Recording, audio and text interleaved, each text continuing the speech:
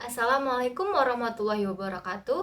Halo semuanya, perkenalkan, nama saya Dara Elviana. Saya mahasiswa Universitas Malikul Saleh, Fakultas Pertanian, jurusan Agribisnis, angkatan 2021 dengan nomor NIM 210320064. Di sini saya mempunyai tugas dari mata kuliah Pengelolaan Perkebunan.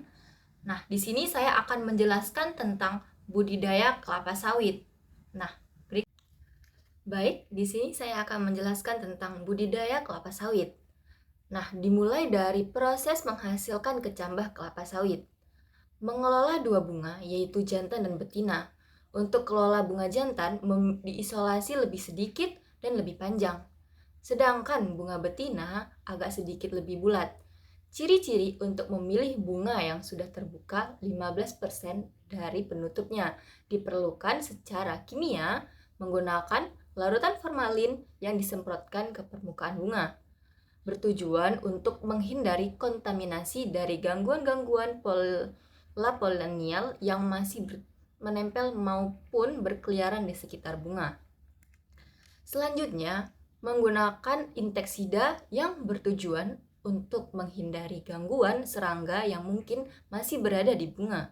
Lalu dipasangkan coater bag untuk melindungi dari air yang masuk. Bunga hanya digunakan sekali pakai, setelah itu dibungkus dan diikat dengan tali karet agar tidak ada serangga yang masuk dari luar. Untuk kegiatan isolasi ini, bunga jantan setelah 8-15 hari kemudian dipanen setidaknya sudah 15% mekar, setelah itu dipolinasi. Untuk yang berwarna merah atau disebut dengan SG1, kuning SG2, biru SG3, hijau SG4, hitam SG5, dan putih SG6. Itu hanya penambahan skrip di tengah tabel tetap. Ada sari-sarinya, permukaan dengan alkohol disemprot dengan semprot ke permukaan. Dibersihkan dengan kapas, setelah itu sayat dengan pisau yang steril. Lalu ditutup dengan kapas dan di umur sekitar 150 hari setelah polinasi atau minimal berondol 2-5. Setelah diturunkan, kemudian dimasukkan ke dalam karung yang sudah tersedia, lalu dibawa transpirasi. Baik, selanjutnya itu ada biologi kelapa sawit. Nama latin kelapa sawit yaitu Elais guinensis yang berasal dari bahasa Yunani kuno Eleia yang berarti zaitun. Nama ini diberikan karena buahnya mengandung banyak minyak. Tanaman elegan ini berasal dari daerah tropis basah di Afrika dan masih memiliki kekerabatan dengan kelapa. Kelapa sawit memiliki organ vegetatif berupa daun, batang, akar, serta organ reproduktif berupa bunga dan buah. Lalu saya akan membahas itu yang pertama ada daun. Daun kelapa sawit merupakan daun yang majemuk, daun yang menyerupai daun pada tanaman kelapa. Panjang pelepahnya sekitar 6,5 sampai 9 meter. Itu tergantung pada varietasnya. Semakin pendek pelepah daun, semakin banyak populasi kelapa sawit yang dapat ditanam persatuan luasnya, sehingga semakin tinggi produktivitasnya. Jumlah anak daun pada setiap pelepah berkisar antara 250 sampai 400 helai. Produksi pelepah daunnya selama 1 tahun dapat mencapai 20 sampai 30 pelepah. Daun terdiri atas bagian-bagian berikut. Baik, akan saya jelaskan. Yang pertama ini ada kumpulan anak daun yang mempunyai helaian atau lamina dan tulang anak daun atau midrib. Ya, berikutnya itu ada racis. Racis yang merupakan tempat anak daun melekat. Lalu ada tangkai daun yang merupakan bagian antara daun dan batang. Lalu itu yang terakhir ada seludang. Seludang daun yang berfungsi sebagai perlindungan dari kuncup dan memberi kekuatan pada batang. Dari kelapa sawit dihasilkan dalam urutan-urutan yang teratur menurut deret Fibonacci yang merupakan hasil penjumlahan dari 2 angka sebelumnya. Umumnya, daun kelapa sawit memiliki filoktasis atau susunan daun yang merupakan kelipatan angka 8. Daun termuda yang sudah mengembang sempurna secara konvensional dinamakan daun nomor 1. Sedangkan daun yang masih terbungkus seludang atau pupus daun dinamakan daun nomor negatif. Daun yang memiliki nomor sama pasti berada pada fase fisiologis yang sama dari urutan proses inisiasi daun sampai proses layunya daun. Nah, setelah daun, saya akan membahas tentang yang kedua itu adalah batang. Batang kelapa sawit terbentuk atau berbentuk silindris dengan diameter sekitar 20-75 cm. Tinggi batang bertambah sekitar 45-60 cm per tahun. Itu juga tergantung pada varietasnya. Umur ekonomis tanaman sangat dipengaruhi oleh pertambahan tinggi batang per tahunnya. Semakin rendah pertambahan tinggi batang, semakin panjang umur ekonomis tanaman. Batang diselimuti oleh pangkal pelepah daun tua sampai kira-kira 11-15 tahun. Setelah itu, bekas pelepah daun mulai rontok. Biasanya mulai dari bagian tengah batang, lalu meluas ke atas dan ke bawah.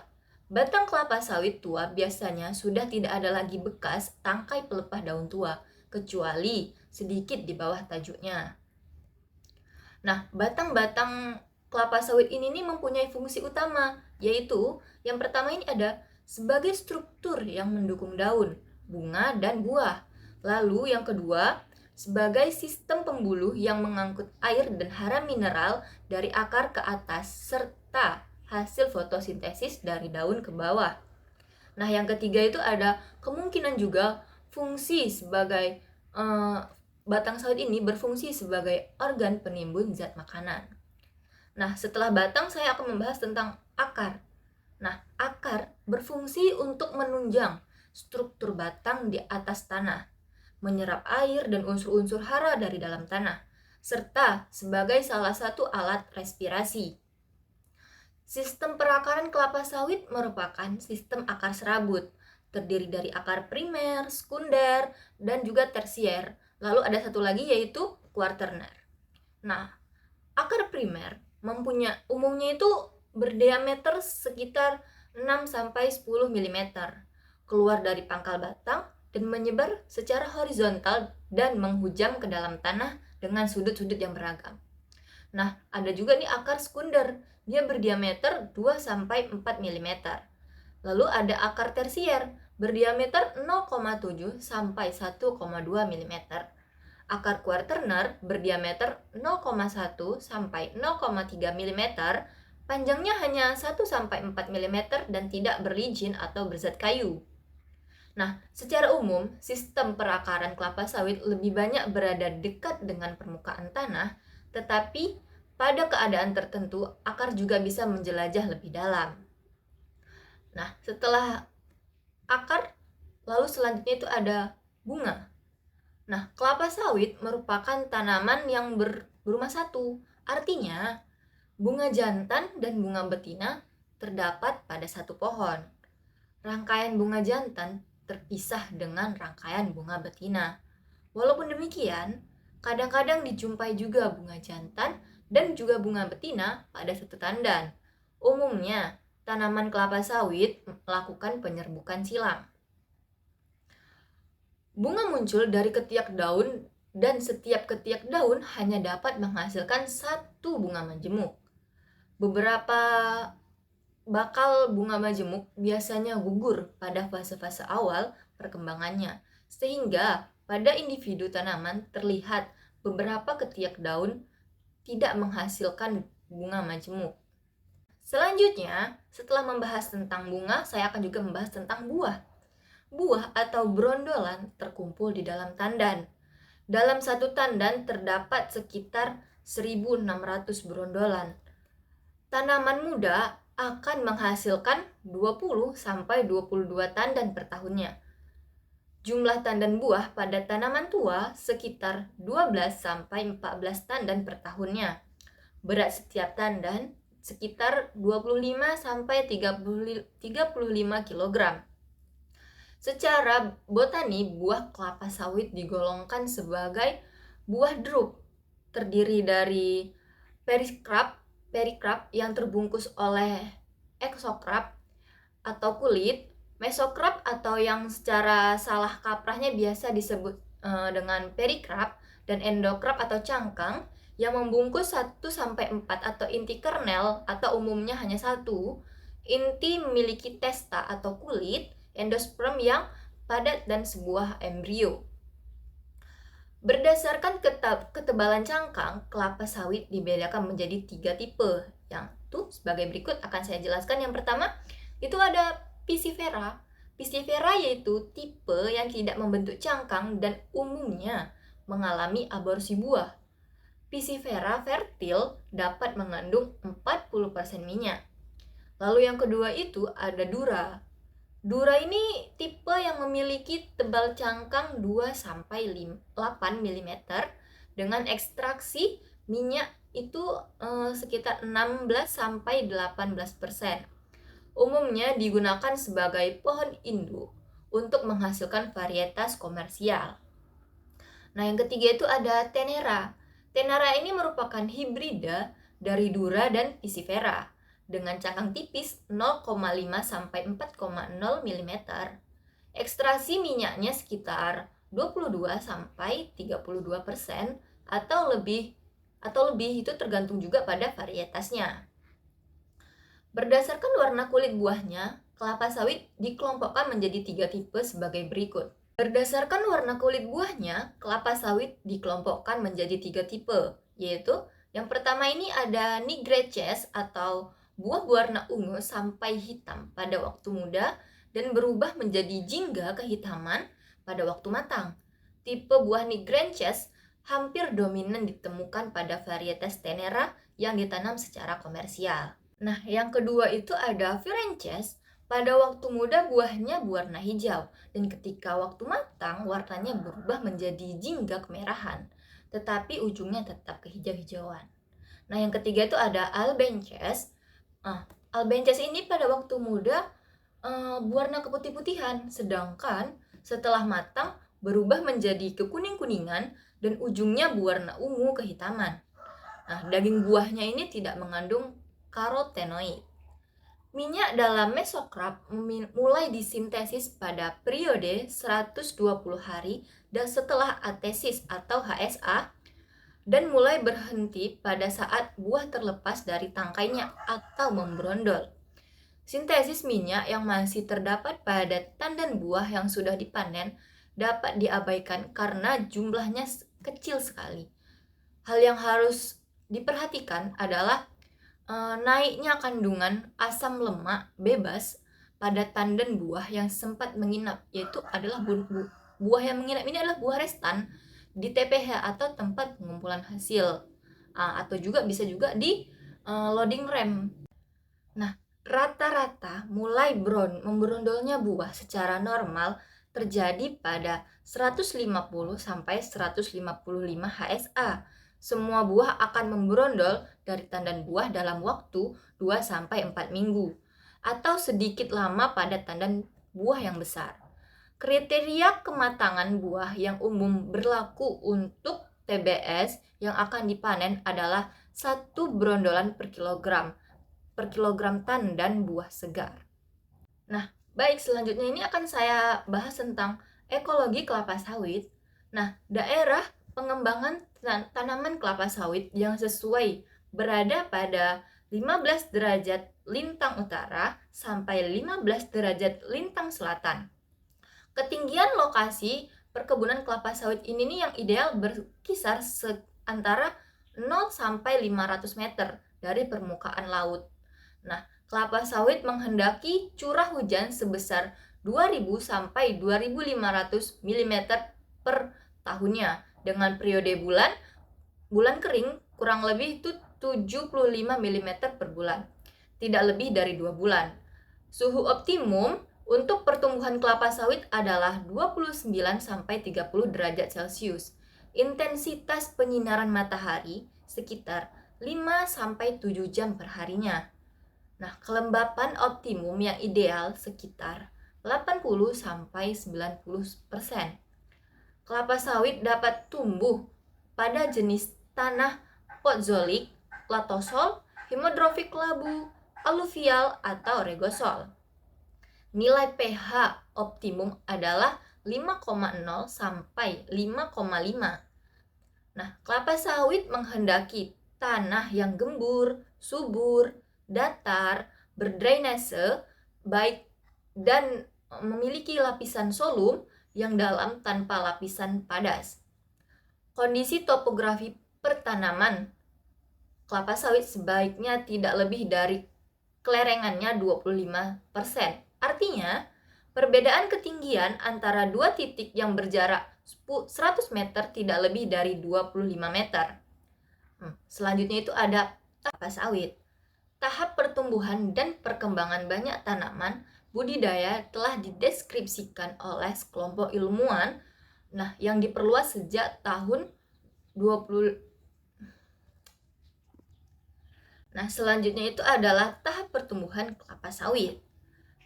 Tahapan pertumbuhan dan perkembangan banyak tanaman budidaya telah dideskripsikan oleh sekelompok ilmuwan dan yang diperluas sejak 25 tahun yang lalu.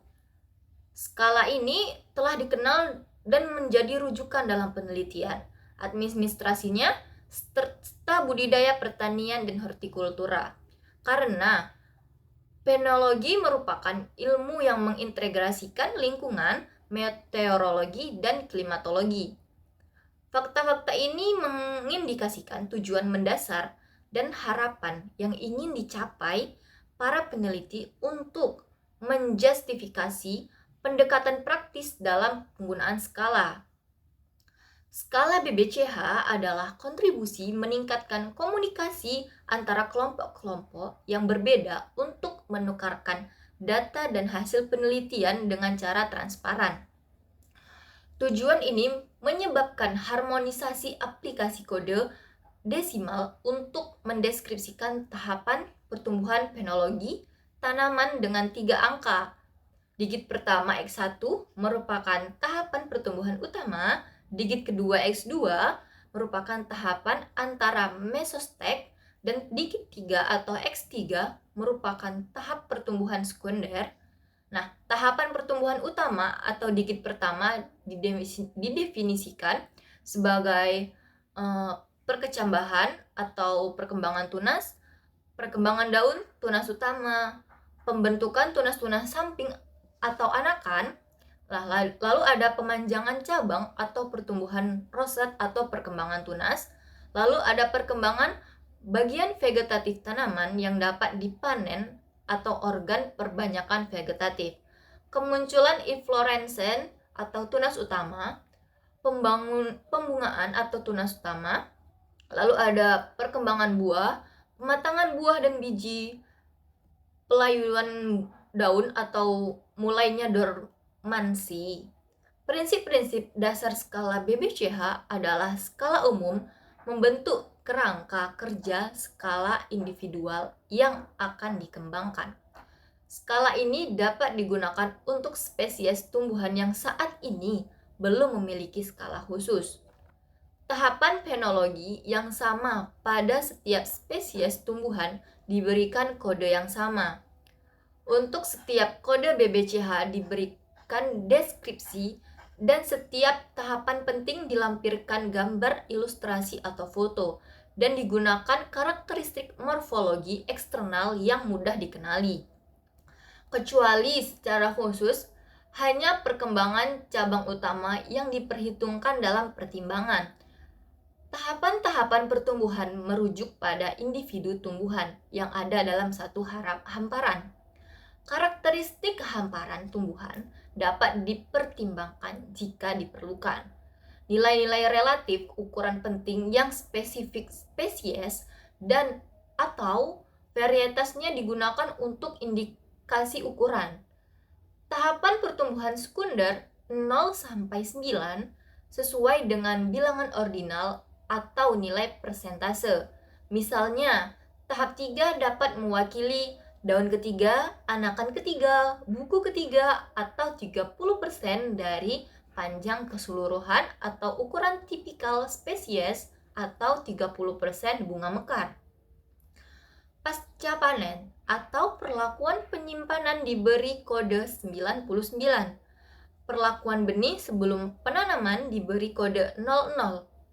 Interval perubahan dari tahapan penologi ditentukan dengan hari dan derajat yang didapat dari formula.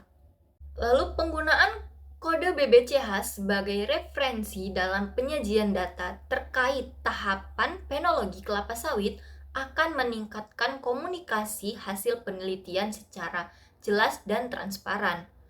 Hibrida interpresik O kali G membutuhkan 6408,9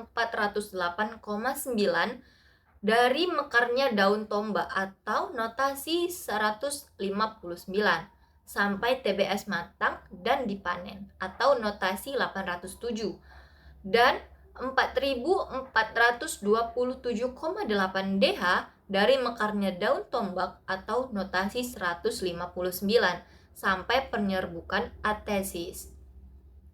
Baik, poin selanjutnya dalam proses budidaya kelapa sawit itu adalah pembibitan. Nah, secara visual, kecambah yang unggul tidak menunjukkan tanda-tanda yang khusus. Kecambah yang unggul secara genetik hanya dapat dijamin kualitasnya dengan sertifikat dari produsen benih tersebut. Di samping jenis tanah, kualitas bibit atau jenis dan pertumbuhannya merupakan faktor utama yang paling menentukan tingkat produksi. Rehabilitas faktor jenis dan kualitas tanaman setelah beberapa tahun tumbuh di lapangan tidak dapat dilakukan. Dengan demikian, perlu pengelolaan pembibitan dengan memperhatikan 3 faktor utama, yaitu ada pemilihan jenis kecambah atau bibit unggul atau potensi produksi tinggi. Lalu pemeliharaan bibit selama di pembibitan. Lalu yang terakhir itu ada seleksi bibit. Nah, baik, saya akan membahas poinnya itu ada pemilihan jenis kecambah. Kualitas kecambah merupakan faktor utama yang menentukan tinggi rendahnya produksi. Pemilihan kecambah berkualitas penting dilakukan guna memastikan tingginya produksi. Nah, tujuannya itu adalah untuk mendapatkan kecambah unggul sehingga setelah ditanam dapat menghasilkan hasil atau produksi yang tinggi. Lalu standarnya secara visual, kecambah yang unggul tidak menunjukkan tanda-tanda abnormal. Lalu secara genetik, kecambah unggul kualitasnya terjamin dengan adanya sertifikat. Memilih kecambah yang unggul dapat dilakukan dengan cara mendatangkan kecambah berlegitimasi dari produsen benih yang bersertifikat atau legitim. Itu caranya, sebanyak 26 varietas atau 16 diantaranya dihasilkan produsen benih swasta telah dilepas sebagai varietas unggul yang dapat dipasarkan untuk memenuhi kebutuhan konsumen di seluruh wilayah Indonesia. Potensi produksi produsen benih kelapa sawit domestik Indonesia tahun 2008 adalah 151 juta butir kecambah. Sedangkan kebutuhan pasar diperkirakan mencapai 230 juta butir, sehingga pemerintah atau Deptan pada tahun ini membuka keran impor benih dari luar negeri atau DAMI Papua Nugini, ASD Costa Rica, dan Malaysia. Rantai tata niaga benih kelapa sawit di Indonesia memiliki 2 pola, yaitu pola distribusi langsung dan tidak langsung. Pada distribusi langsung, produsen menjual kecambahnya langsung kepada konsumen akhir tanpa melalui perantara. Pemesanan benih dilengkapi dengan surat persetujuan penyaluran benih kelapa sawit atau SP2BKS yang dikeluarkan oleh Dinas Perkebunan setempat. Setelah itu dilakukan prosedur administrasi penjualan kecambah, pembayaran, serta penentuan jadwal tentatif pengiriman kecambah.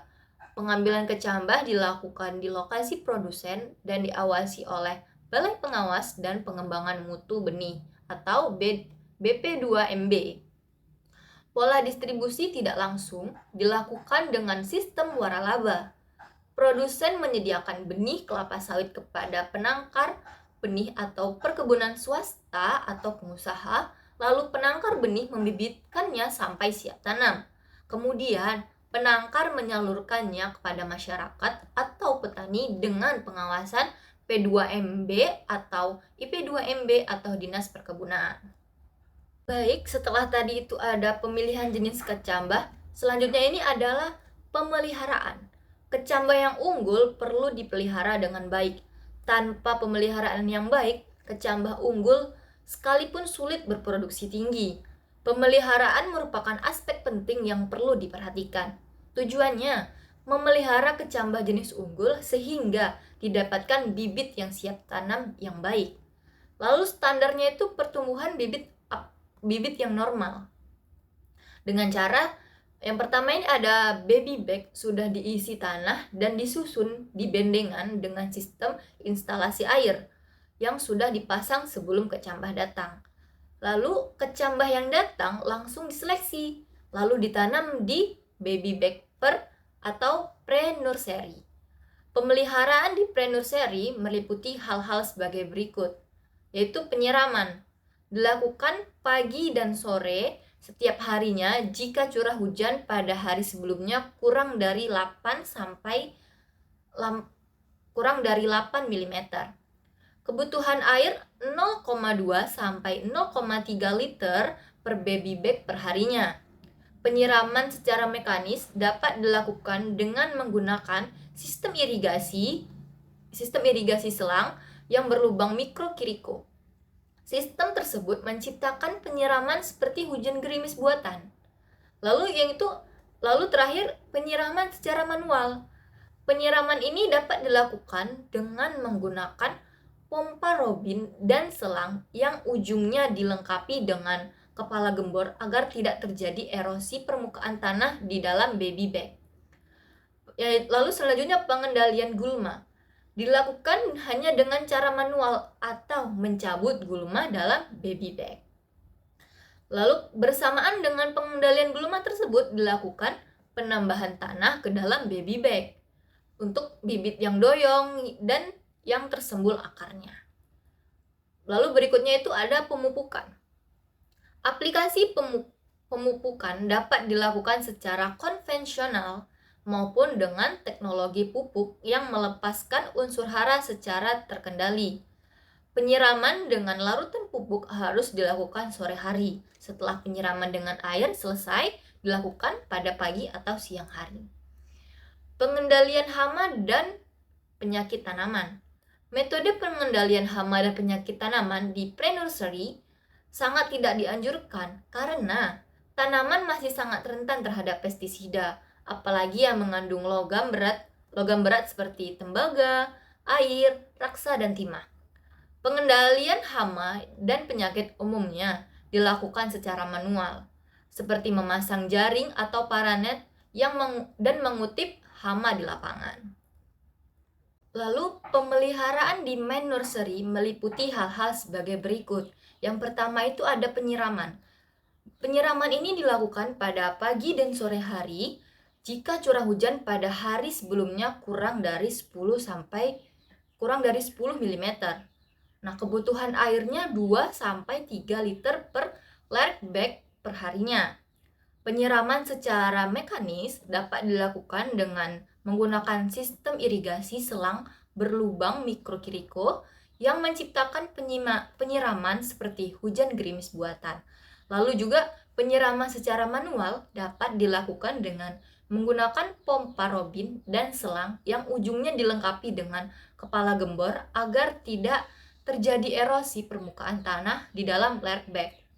Lalu yang kedua itu adalah pengendalian gulma. Pengendalian gulma dalam lerk bag dilakukan dengan cara manual sebulan sekali sampai bibit cukup besar.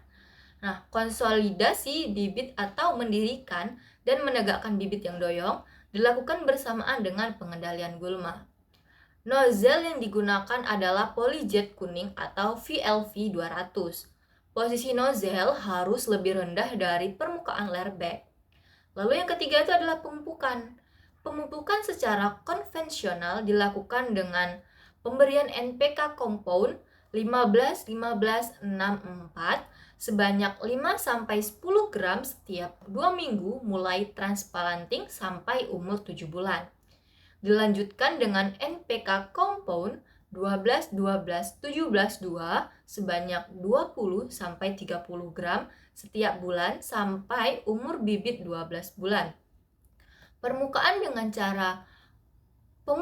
dengan cara pemberian pupuk CRV seperti Meister MX 26-14-3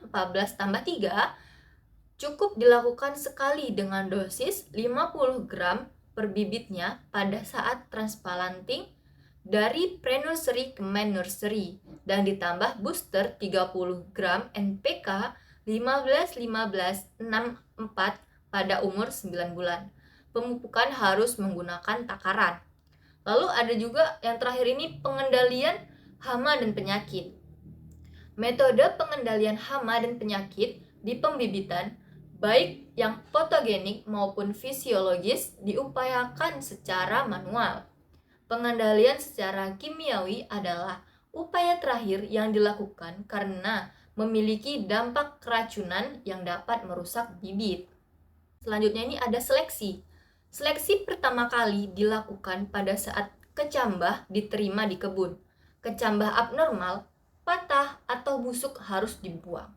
Di pre-nursery dilakukan 2 kali seleksi, yaitu pada saat bibit berumur 4-6 minggu dan sebelum transplanting ke main nursery. Semai yang normal berbentuk daun. Setiap daun yang keluar pada akhir pertumbuhannya akan lebih besar dari daun yang terdahulu. Semai yang harus dimusnahkan mengikuti pedoman. Di main nursery dilakukan 4 kali seleksi dengan cara membuang bibit abnormal. Bibit abnormal memiliki ciri kelainan pada habitus tanaman, kelainan pada bentuk daun, dan kelainan daya tumbuh. Nah, tahapnya itu ada 4 tahap. Tahap pertama, umur bibit 4 bulan. Tahap kedua, umur bibit 6 bulan. Tahap ketiga, umur bibit 8 bulan. Dan tahap keempat, sebelum bibit ditanam di lapangan. Setelah tadi itu ada proses pembibitan, selanjutnya ini adalah proses penanaman kelapa sawit. Kesalahan dalam penanaman tidak bisa diperbaiki setelah tanaman tumbuh beberapa tahun di lapangan. Merupakan suatu keharusan bahwa persiapan dan pelaksanaan penanaman harus dilakukan dengan benar. Nah, yang pertama itu adalah pemancangan. Pemancangan atau pengajiran dilakukan untuk menentukan tempat yang akan ditanami kelapa sawit sesuai dengan jarak tanam yang dipakai. Tujuannya itu untuk memberikan tanda-tanda untuk pembuatan lubang tanam sesuai dengan populasi yang direncanakan. Lalu sebagai pedoman untuk pembuatan teras atau tapak kuda, drainase, lapangan, dan menanam kacangan. Alat-alat yang digunakan untuk proses pemancangan itu ada kompas, lalu ada Abney level atau clinometer, lalu kayu pancang, lalu yang terakhir itu adalah tali plastik atau kawat. Selanjutnya, pembuatan lubang dan pemupukan lubang tanaman. Pembuatan lubang tanam dilakukan minimal 1 bulan sebelum tanam dengan menggunakan alat pengukur atau mal. Tujuannya memberikan media tumbuh yang baik bagi akar tanaman pada saat pertumbuhan awal di lapangan. Mempermudah peresapan pupuk ke dalam tanah sehingga mempercepat tanaman mengabsorpsi pupuk dan memacu pertumbuhan di lapangan. Nah, alat-alat yang digunakan itu adalah cangkul, alat pengukur atau mal, takaran pupuk untuk pemberian pupuk dasar.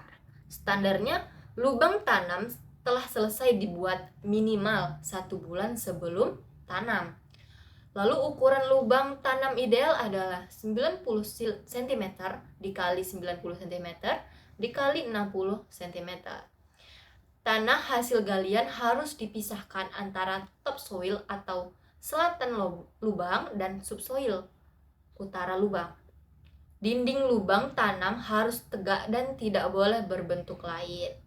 Pada saat penanaman, topsoil ditimbunkan lebih dahulu. Lalu selanjutnya diikuti dengan subsoil.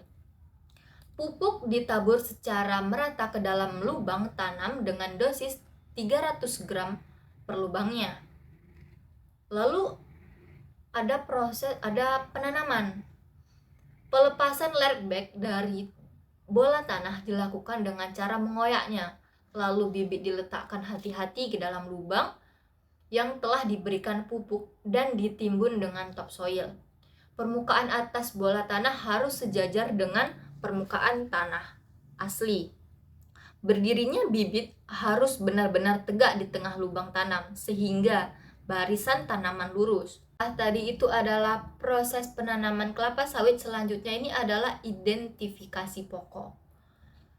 Nah, pokok yang abnormal di lapangan sangat merugikan karena produksi yang dihasilkan sangat rendah atau bahkan tidak dapat berproduksi sama sekali.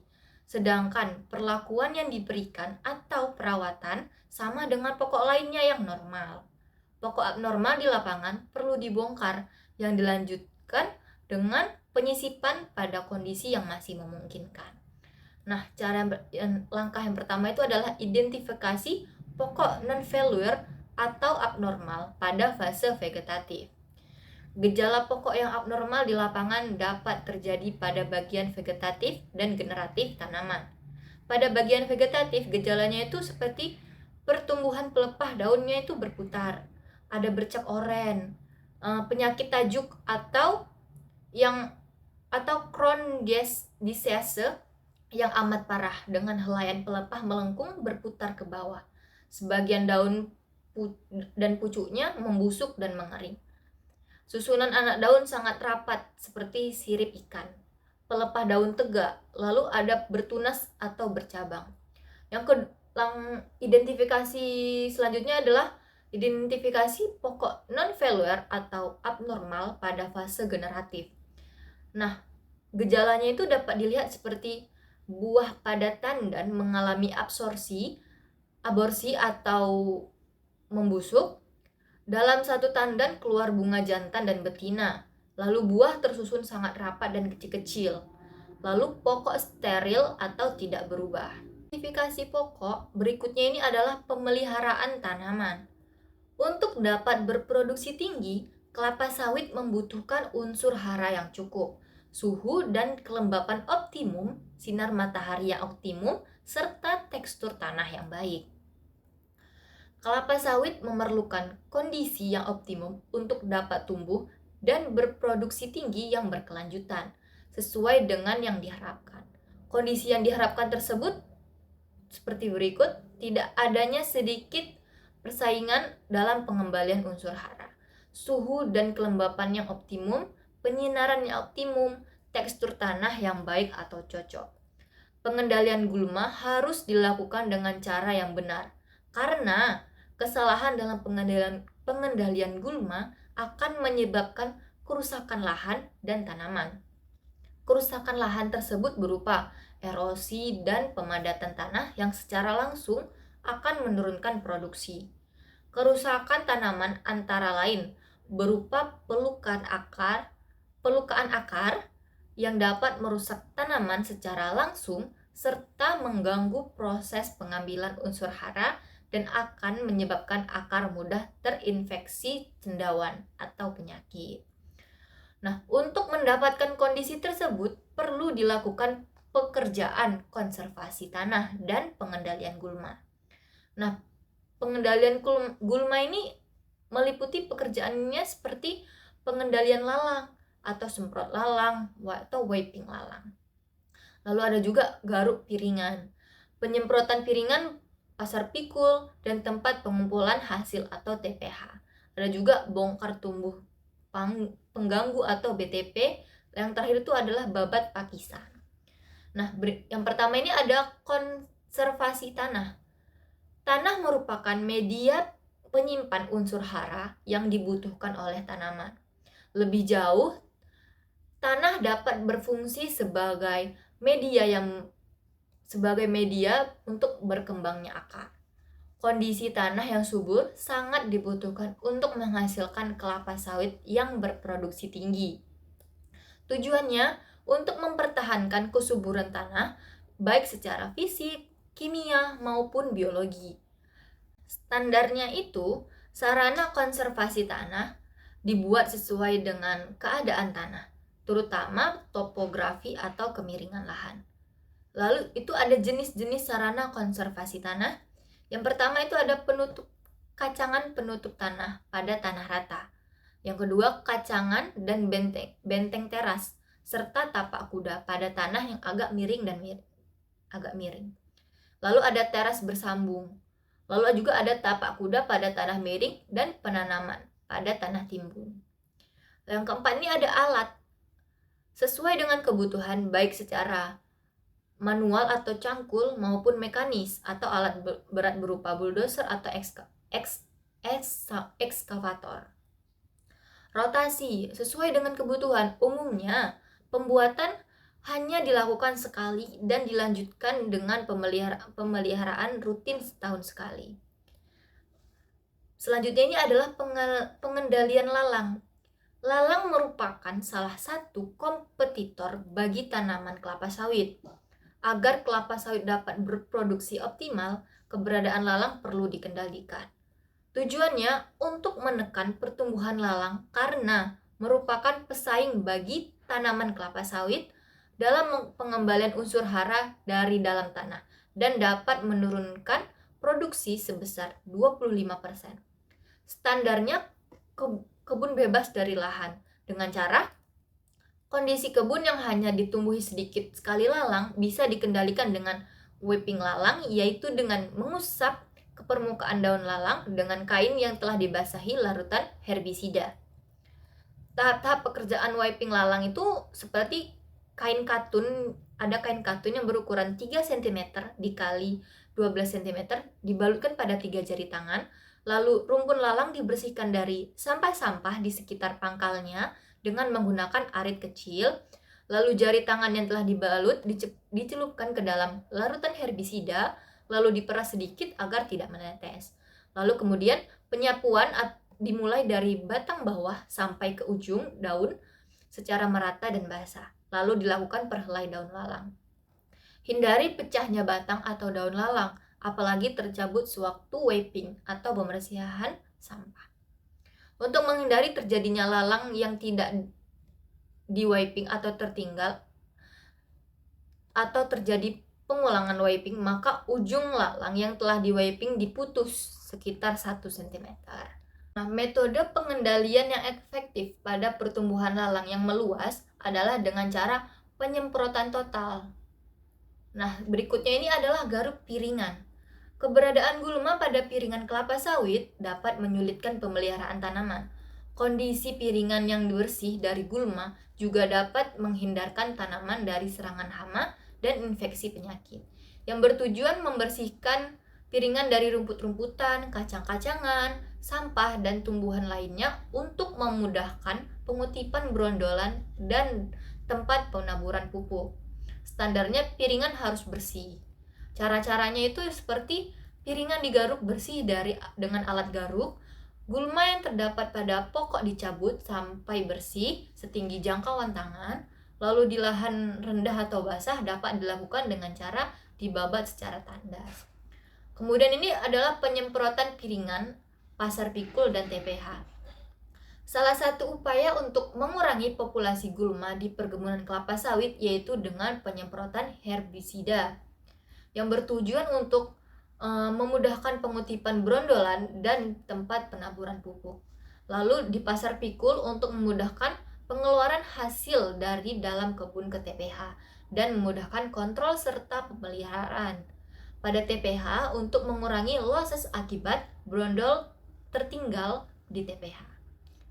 Dengan cara semprot piringan, pasar pikul, dan TPH yang didominasi gulma rumput, lalang, dan anak kayu dapat dilakukan setelah tanaman berumur 1,5 tahun dengan menggunakan campuran herbisida. Baik, selanjutnya itu adalah pembongkaran tumbuhan pengganggu atau BTP. Tumbuhan berkayu yang tumbuh di sekitar tanaman kelapa sawit dapat menjadi pesaing penyerap air, udara, dan sinar matahari. Tumbuhan berkayu juga merupakan gulma yang sulit diberantas dengan herbisida. Oleh karena itu, pembongkaran tumbuhan berkayu biasanya dilakukan dengan cara manual. Tujuannya, mencegah tumbuhan berkayu menyiangi tanaman kelapa sawit dalam hal penyerapan air, udara, dan juga sinar matahari. Standarnya, areal kebun bebas dari tumbuhan berkayu, baik dari piringan, pasar pikul, maupun di gawangan. Dengan cara dilakukan dengan membongkar tumbuhan berkayu sampai akar-akarnya. Berikutnya itu pembabatan pakisan di gawangan. Pakisan merupakan salah satu gulma yang sering ditemukan di areal tanaman kelapa sawit. Pakisan yang berada di gawangan perlu dibabat untuk menciptakan kondisi lingkungan yang optimal bagi pertumbuhan kelapa sawit. Tujuannya menekan pertumbuhan pakisan di gawangan agar tanaman kelapa sawit mendapat cahaya matahari yang cukup, menciptakan lingkungan yang tidak terlalu lembab sehingga mengurangi sarangan hama dan penyakit bagi pokok kelapa sawit. Standarnya, gawangan bersih dari pakisan yang tumbuh tinggi. Cara-caranya itu seperti membabat pakisan ini secara manual. Baik, tadi setelah proses penanaman, selanjutnya ini adalah pemupukan. Tanaman kelapa sawit memerlukan unsur hara yang optimum dan seimbang untuk dapat memberikan hasil yang maksimum dan berkelanjutan. Tanah mempunyai kemampuan yang terbatas dalam menyediakan unsur hara yang dibutuhkan kelapa sawit dalam keadaan yang seimbang. Di samping itu, aktivitas produksi kelapa sawit akan menyebabkan hilangnya unsur hara karena terbawa oleh buah yang dipanen. Untuk menjaga supaya unsur hara dalam tanah tetap seimbang dan sesuai dengan kebutuhan tanaman, perlu diadakannya pemupukan. Nah, yang pertama ini ada unsur hara yang dibutuhkan kelapa sawit. Berdasarkan jumlah yang diperlukan tanaman, unsur hara dibedakan menjadi unsur hara makro dan unsur hara mikro. Unsur hara makro adalah unsur hara yang dibutuhkan tanaman dalam jumlah yang banyak. Apabila kurang, pertumbuhan tanaman dan produksi akan berkurang juga. Lalu unsur hara mikro adalah unsur hara yang dibutuhkan tanaman dalam jumlah yang sedikit. Apabila kurang sedikit saja, pertumbuhan tanaman akan terganggu. Dan apabila kelebihan saja, tanaman akan mengalami keracunan. Gejala-gejala kekurangan unsur hara ini adalah kelapa sawit yang mengalami defisiensi hara dapat menunjukkan gejala yang beragam. Berikut ini adalah unsur hara yang diperlukan dan gejala yang ditimbulkan akibat kekurangan hara. Yang pertama itu adalah nitrogen. Daun menjadi kuning pucat dimulai dari daun termuda, daun pendek dan keras. Lalu yang kedua itu adalah fosfor. Daun memendek dan anak daun keungu-unguan. Daun rumputan di sekitar tanaman berwarna ungu memanjang, lalu batang dan tandannya mengecil. Lalu yang ketiga ini ada kalium. Pada daun terdapat bercak berwarna kuning atau tembus cahaya. Lalu yang keempat ada magnesium. Daunnya menguning merata pada daun yang tua, dimulai dari ujung daun sampai ke pangkal anak daun. Lalu gejala beratnya ditandai dengan jaringan yang mati, ditemui dari pinggir daun sampai ke anak daun. Lalu gejala tersebut hanya ditemukan pada daun yang terkena cahaya matahari. Lalu itu ada selanjutnya yang kelima ada boron. Ujung anak daun berbentuk pancing, lalu kemudian terdapat daun mengeriting seperti tanda bahaya pada gardu listrik. Lalu kemudian itu bagian ujung daunnya memendek. Lalu kemudian ada pengambilan contoh daun. Pengambilan contoh daun dilakukan untuk melihat kandungan unsur hara pada tanaman kelapa sawit secara lebih akurat. Panduan pemupukan akan dibuat berdasarkan kondisi kandungan hara yang terbaca saat analisa daun. Tujuannya untuk mendapatkan contoh daun yang mewakili, untuk mempersiapkan contoh daun dengan baik untuk dikirim ke laboratorium. Dengan contoh daun yang mewakili dan persiapan yang baik, Analisa daun di laboratorium akan memberikan rekomendasi pemupukan yang tepat.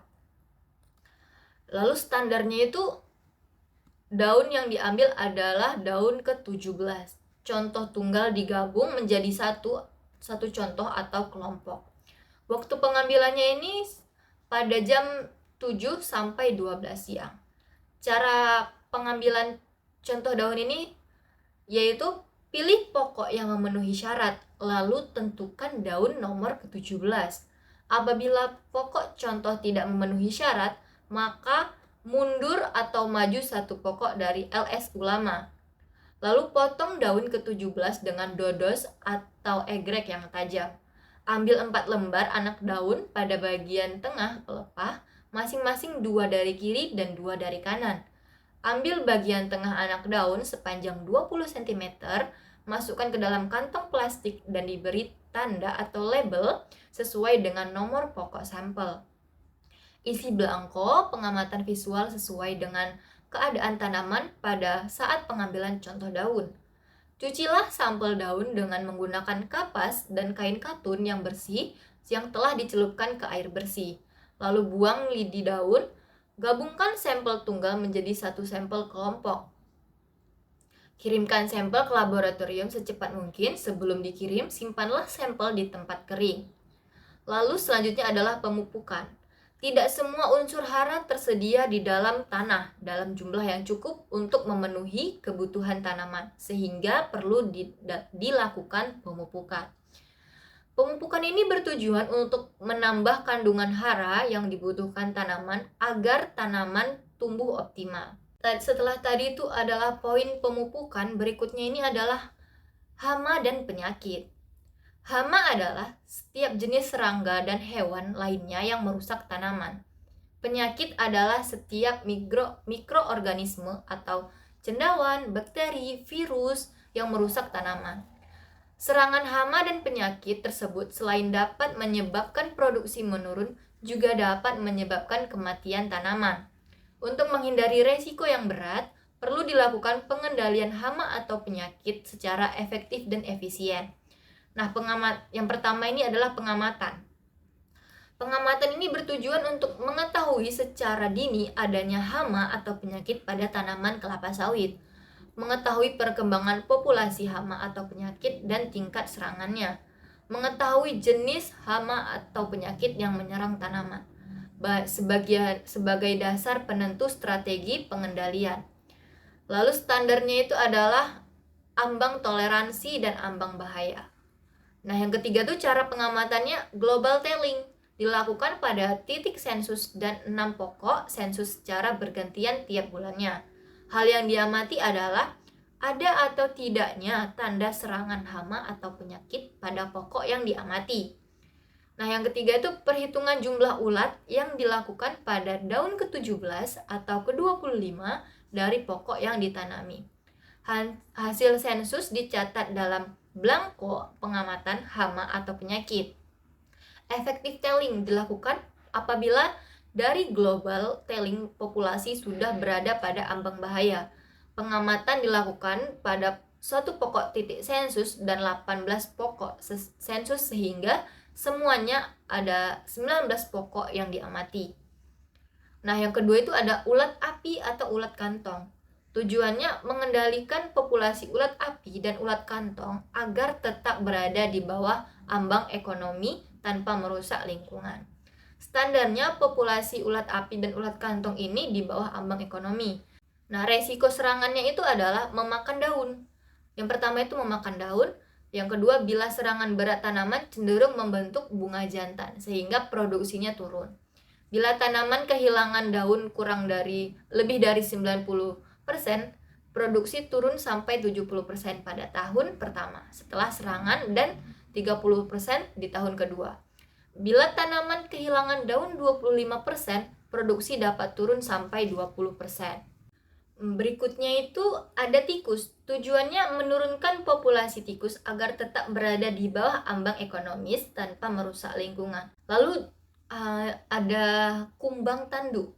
Tujuannya mengendalikan populasi kumbang tanduk agar tetap berada di bawah ambang ekonomis tanpa merusak lingkungan. Pengendaliannya dilakukan dengan cara sanitasi lingkungan, penanaman kacangan penutup tanah, terutama mukuna.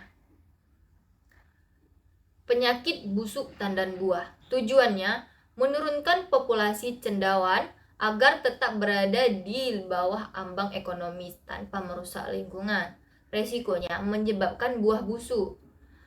Buah busuk tidak dapat diangkut ke pabrik karena merusak mutu minyak. Tadi itu ada hama dan penyakit, selanjutnya ini ada perawatan parit. Tanaman kelapa sawit memerlukan kondisi air tanah yang baik atau cocok agar dapat tumbuh subur dan berproduksi tinggi. Untuk menghindari kelebihan air, maka pada tanah gambut dan daerah rendahan dibuat parit atau saluran drainase agar parit yang sudah dibuat dapat berfungsi dengan baik. Diperlukan perawatan parit. Tujuannya, parit dapat mengalirkan kelebihan air dari blok atau kebun keluar kebun dengan lancar. Dengan demikian, kadar air tanah stabil antara 20-25% dengan kedalaman aras air optimal 60 cm. Cara-caranya membuat sistem drainase berjenjang berupa drainase lapangan, drainase pengumpul, dan drainase pembuangan. Drainase lapangan berupa parit buatan, sedangkan drainase pengumpul dibangun berupa parit buatan kolam, waduk, dan juga sebagainya. Nah, drainase pembuangan itu berfungsi mengeluarkan air dari satu areal tertentu dengan memanfaatkan kondisi alam yang ada seperti sungai, jurang, dan juga rendahan. Baik, selanjutnya ini adalah panen atau potong buah.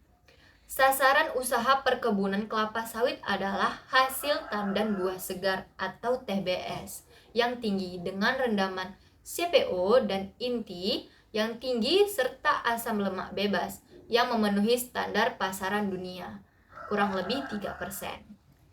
Total produksi TBS per hektar per tahun dipengaruhi oleh berbagai faktor, baik yang berpengaruh langsung maupun berpengaruh tidak langsung. Yang pertama ini adalah panen atau potong buah.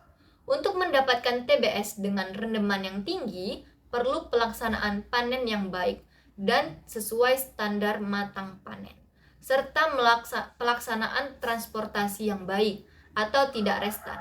Kandungan asam lemak yang rendah kurang dari 3% akan didapatkan dengan melakukan panen sesuai dengan standar buah dipanen. Jalan adalah prasarana yang mutlak ada dan membutuhkan biaya investasi cukup tinggi.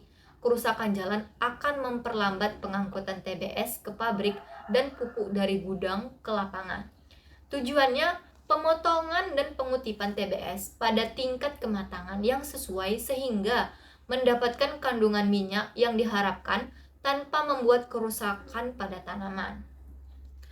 Standarnya, semua buah yang sudah matang panen harus dipanen. Cara-caranya potong buah TBS yang sudah memenuhi standar dengan menggunakan alat yang tepat seperti dodos, egrek.